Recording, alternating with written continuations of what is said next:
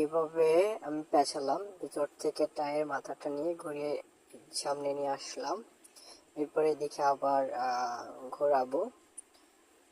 এরপরে দিকে একটা গিটের মতো হয়ে যাবে। তো এটাকে এইভাবে আঙ্গুল দিয়ে ধরে ভিতর থেকে রাউন্ড করে টায়ের মাথাটা আবার এদিকে বের করে নিলাম। তো এই তো হয়ে গেল টাই বাঁধা। একটু টেনে সেটিং করে নেবেন।